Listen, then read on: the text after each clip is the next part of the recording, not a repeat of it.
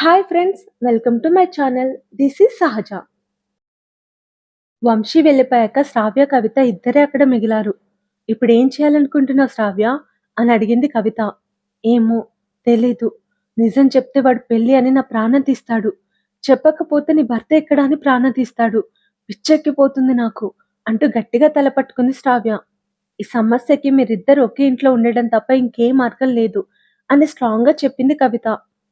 పరాయి వంశీ మగాడితో చాలా ఒకే ఇంట్లో మంచివాడు. ఎలా ఉంటాను? అతని వల్ల అది నీకే కూడా ప్రాబ్లం రోడ్డు. రాదు. దానికి శ్రావ్యలో నేను అసహనం. ట్రస్ట్ మీ అని భరోసా ఇచ్చింది కవిత. చూసేవాళ్ళు ఏమనుకుంటారు? ఈ కాలంలో అంతా కామన్ అయిపోయింది. ఎవరేమీ అనుకోరు. అమ్మా నాన్నలకు తెలిస్తే తట్టుకుంటారా? వాళ్ళకి తెలియకుండా మేనేజ్ చేద్దాం. నిజంగా వంశీ వల్ల నాకే ప్రాబ్లం రాదు కదా? భయంగా అడిగింది శ్రావ్య. మీతో గొడవ పడతాడేమో, కానీ మిస్‌బిహేవ్ అయితే చేయడు. ఆడవాళ్లకు చాలా రెస్పెక్ట్ ఇస్తాడు అనంది కవిత. ఏంటి? రెస్పెక్ట్ ఇస్తాడా? సాగదీస్తూ నొసలు ముడేసింది శ్రావ్య. మీ మధ్య జరిగిన గొడవ వలన నీతో అలా ఉంటున్నాడు కానీ హీస్ వెరీ స్వీట్ అని చెప్పింది కవిత. హాట్ ఏం కాదు, హాట్ కూడా అంటూ అల్లరిగా నవ్వింది కవిత. సైట్ వచ్చినట్లుంది, చూయించుకో అని వెటకారంగా అంది శ్రావ్య. సరే కానీ నీ డెసిషన్ ఏంటో చెప్పు. అతను ఒప్పుకోకుండా నేను ఒప్పుకుంటే ఏం ప్రయోజనం? నీరసంగా అంది శ్రావ్య. నువ్వు ఊ అను, నేను వంశీ నొప్పిస్తాను అని అంది కవిత. ఈ రోజంతా ఆలోచించి రేపు నా డెసిషన్ చెప్తాను అంటూ లేచింది శ్రావ్య. ఈ రోజు నువ్వు మా ఇంట్లోనే ఉండు, నీ ఫ్లాట్కి వెళ్ళకు. ఆ బాస్ గాడు వచ్చినా వస్తాడు అని భయపెట్టింది కవిత. అమ్మో నిజమే అంటూ భయపడిపోయి స్కూటీ కవిత ఇంటి వైపే పోనిచ్చింది శ్రావ్య. రాత్రి 7 గంటలకు రాజేష్ శ్రావ్యకి ఫోన్ చేశాడు. ఇతను ఫోన్ చేస్తున్నాడేంటి?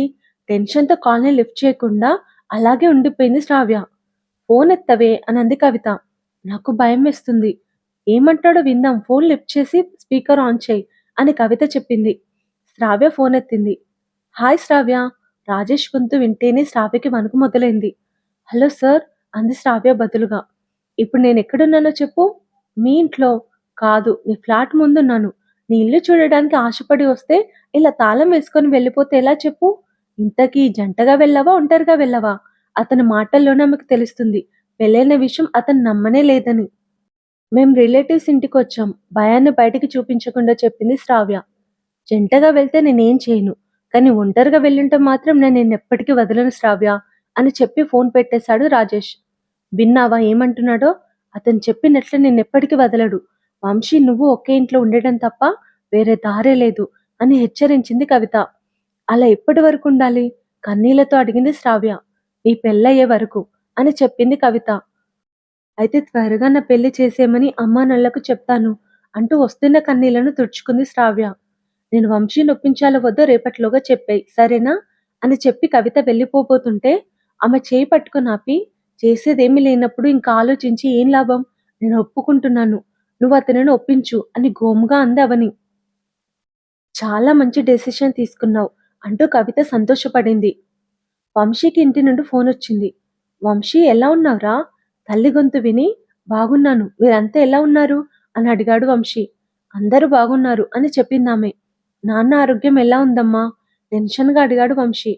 ఆరోగ్యం బాగానే ఉంది కానీ ఆయన మనసే అంటూ ఆగిపోయింది వంశీ తల్లి. ఏమైందమ్మా కంగారుగా అడిగాడు వంశీ. సడన్ గా ఇంటి బాధ్యత, ఉద్యోగం లేని నీ మీద పడేసరికి ఇంటి ఖర్చులు నువ్వెలా చూస్తావని ఆయన టెన్షన్ పడుతున్నాడు అని చెప్పింది అతని తల్లి. డబ్బు గురించి ఆలోచించొద్దని నేను చెప్పాను కదమ్మా, ఎలా అయినా నేను సమకూరుస్తాను, మీరు వర్రీ అవ్వకండి అని భరోసా ఇచ్చాడు వంశీ. నీ ఉద్యోగం సంగతి ఏమైంది నాన్న? అడగాల వద్దా అన్న సంకోచంలోనే అడిగేసింది ఆమె. ట్రై చేస్తూనే ఉన్నాను, త్వరలోనే వస్తుంది, మీరు అస్సలు భయపడకండి, నేనంతా చూసుకుంటాను అని ధైర్యం చెప్పాడు వంశీ. సరేరా, తిన్నావా లేదా అని అడిగిందామె. తిన్నానమ్మా అంటున్న వంశీకి బ్యాక్గ్రౌండ్ నుండి అన్నయ్యకి చెప్పమ్మా అన్న వాయిస్ వినిపించి ఏమైందమ్మా అని అడిగాడు. ఏం లేదురా అని బుకాయించింది తల్లి. చెల్లెలికి ఫోన్ ఇవ్వమ్మా అని అన్నాడు వంశీ. కూతురికి ఫోన్ ఇచ్చిందామె. హలో అన్నయ్య. అతని చెల్లెలి గొంతులోనే బాధ తెలుస్తుంది. ఏమైందిరా కంగారు పడ్డాడు వంశీ. ఎల్లుండిలోగా నా కాలేజ్ ఫీజు కట్టాలన్నయ్య, లేకపోతే ఎగ్జామ్స్ రాయనివ్వరు ఏడుపు గొంతుతో చెప్పింది అతని చెల్లి. ఎంతమ్మా? 20,000 అన్నయ్య. సరే నేను చూసుకుంటాను, నువ్వేం భయపడకు, హాయిగా చదువుకో అని ధీమాగా చెప్పాడు వంశీ. థ్యాంక్స్ అన్నయ్య. అతని ఆ ఒక్క మాటతో బాధ మాయమై సంతోషం చేరిందామె గొంతులో. బాయ్ రా అంటూ ఫోన్ పెట్టేసి డల్‌గా కూర్చున్నాడు వంశీ. అతని మనసులో లేదు. 2 రోజుల్లో 20,000 ఎలా తీసుకురావాలి? అతని మైండ్‌లో అదే రన్ అవుతుంది. వంశీ నాన్న ప్రైవేట్ టీచర్. 10 రోజుల కిందట యాక్సిడెంట్‌లో అతని నాన్నకి కాళ్ళు విరిగాయి. 2 సంవత్సరాల పాటు బెడ్ రెస్ట్ తీసుకున్న కారణం చేత ఆయన ఉద్యోగం పోయింది. ఇంటి బాధ్యతంతా వంశీ మీద పడింది. అతనికి పైసా సంపాదన లేదు. వంశీ బీటెక్ చదివిన నిరుద్యోగి. తన చదువుకు తగిన ఉద్యోగమే చేయాలని పట్టుబట్టి కూర్చున్నాడు. ఇన్ని రోజులు. ఇంటి బాధ్యత తన మీద పడేసరికి వంశీ ఏ ఉద్యోగం చేయడానికైనా సిద్ధపడినా ఇప్పటికిప్పుడంటే చిన్న చితక ఉద్యోగాలు కూడా దొరకట్లేదు. చెల్లెలి చదువు, నాన్న మెడిసిన్స్, ఇంటి ఖర్చులు అన్నీ కలిసి నెలకి 20,000 ఇంటికి పంపించాలి. ఇప్పుడు తనుంటున్న ఇంటి rent, current bill, food, extra ఖర్చులన్నీ కలిపి ఎంత కాదన్నా 15,000 అవుతాయి. తలుచుకుంటేనే వంశీ ఒంట్లో వణుకు పుడుతుంది. అప్పటికప్పుడే వంశీ తనకి తెలిసిన వాళ్ళందరికీ ఫోన్ చేసి చెల్లెలి ఫీజు కోసం 20,000 అర్జెంటుగా కావాలని అడిగాడు. ఇస్తే తిరిగి రావని భయపడి ఎవరు ఇచ్చే ధైర్యం చేయలేదు. ఏం చేయాలో అర్థం కాక వంశీకి పిచ్చెక్కిపోయింది. సరిగ్గా అప్పుడే కవిత నుండి అతనికి ఫోనొచ్చింది. కవిత ఎందుకు ఫోన్ చేసిందో అర్థమై వంశీ ఫోన్ లిఫ్ట్ చేయలేదు. 4 సార్లు కట్ చేసినా ఫోన్ చేస్తూనే ఉండేసరికి తప్పక ఫోన్ లిఫ్ట్ చేశాడతను. హలో వంశీ, నీతో ఒక విషయం మాట్లాడాలి అనంది కవిత. నువ్వేం మాట్లాడాలనుకుంటున్నావో తెలుసు. అందుకే ఫోన్ కట్ చేశాను అన్నాడు వంశీ కోపంగా. నీతో ఉండటానికి శ్రావ్య ఒప్పుకుంది. నువ్వు కూడా ఒప్పుకుంటే అంటున్న కవిత మాటలకి కోపం ఆగక షటప్ అని అరిచాడు వంశీ. జస్ట్ 5 మినిట్స్‌లో నీ ఫ్రెండ్ లైఫ్ సేవ్ అవుతుందని నువ్వంటే విన్నాను చూడు. నాకస్సలు బుద్ధి లేదు. అయినా ఒక పరాయి మొగాడితో ఉండడానికి ఆమె అసలెలా ఒప్పుకుంది?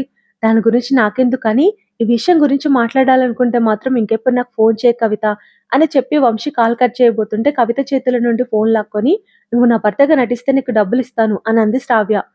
వంశీకి ఆ మాటలు వినిపించి ఫోన్ చెవి దగ్గర పెట్టుకొని, ఏంటి? అన్నాడు ఆశ్చర్యంగా. నువ్వు విన్నది నిజమే. ఫ్రీగా నటించాల్సిన అవసరం లేదు. నీ నటనకి నేను రెంట్ పే చేస్తాను అని చెప్పింది శ్రావ్య. ఏం మాట్లాడుతున్నావు? కోపంగా పలికింది అతని గొంతు. అద్దె తీసుకొని నాకు అద్దె మొగుడుగా ఉండమంటున్నాను అంటున్న శ్రావ్య మాటలు వంశీకి అసహ్యంగా అనిపించాయి. నువ్వసలు ఆడదానివేనా? నా గురించి పక్కన పెట్టి నీ గురించి ఆలోచించు. నీ ఫైనాన్షియల్ పొజిషన్ గురించి కవిత నాకు చెప్పింది. ఉద్యోగం లేదు. అప్పడిగిన ఒక్క రూపాయి ఇచ్చేవాళ్ళు లేరు.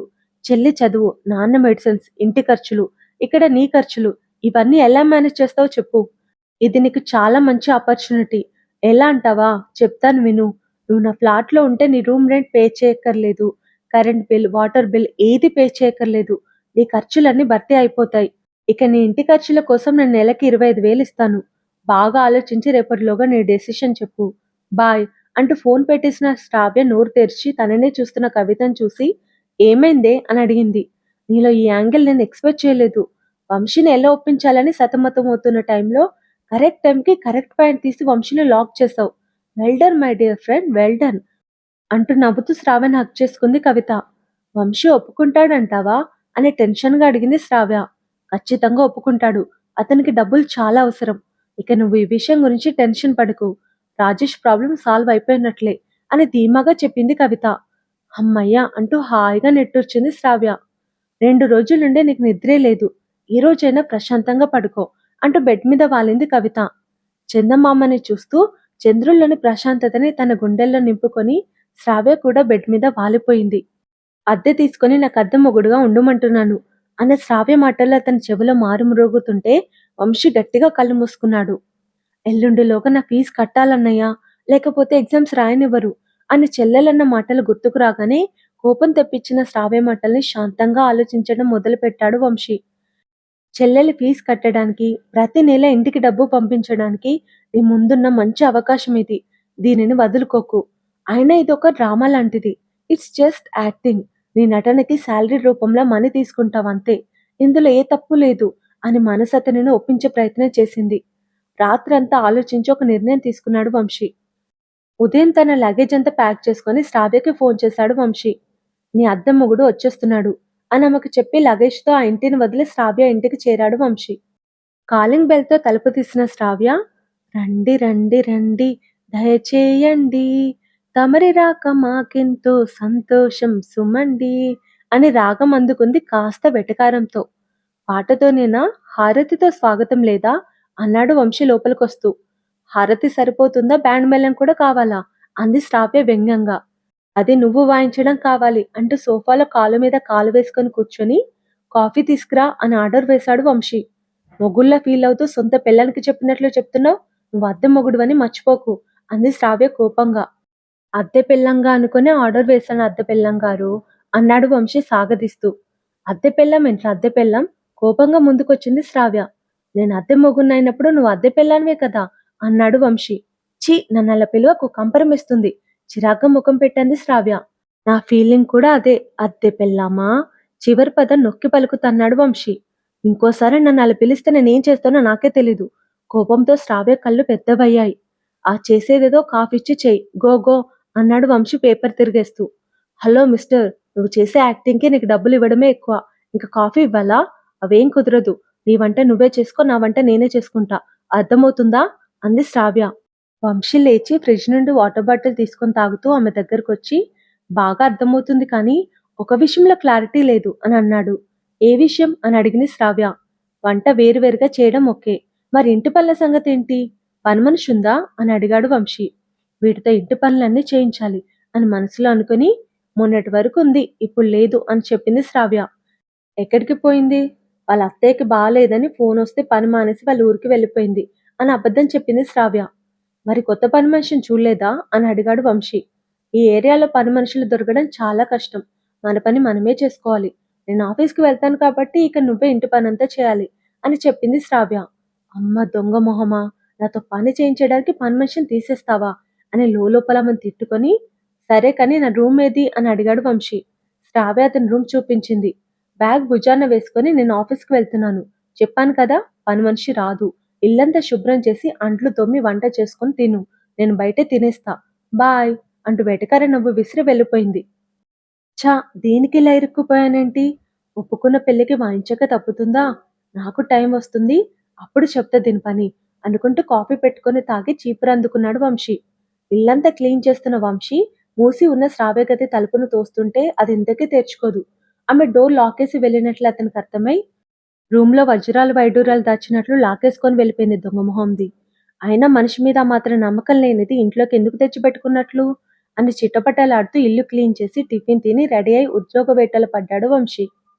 ఆ తర్వాత జరగబోయేది నెక్స్ట్ ఎపిసోడ్‌లో చూద్దాం. Thank you. బాయ్.